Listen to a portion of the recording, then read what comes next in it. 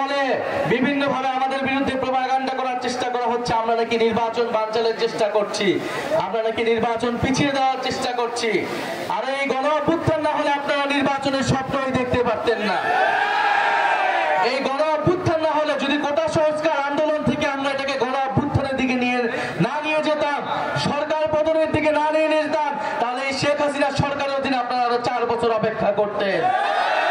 ফলে বাংলাদেশের মানুষের ভোটাধিকারের জন্য, গণতন্ত্র প্রতিষ্ঠার জন্য কোটা সংস্কার আন্দোলন থেকে এই আন্দোলনকে আমরা গণ অভ্যুত্থানের দিকে নিয়ে গিয়েছিলাম।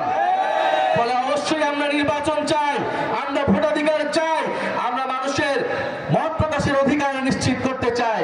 কিন্তু আমরা বলেছি শুধুমাত্র ভোটাধিকারের মাধ্যমে, শুধুমাত্র এক সরকার থেকে আরেক সরকার পরিবর্তনের মাধ্যমে আপনার আমার জীবনের কোনো পরিবর্তন হবে না।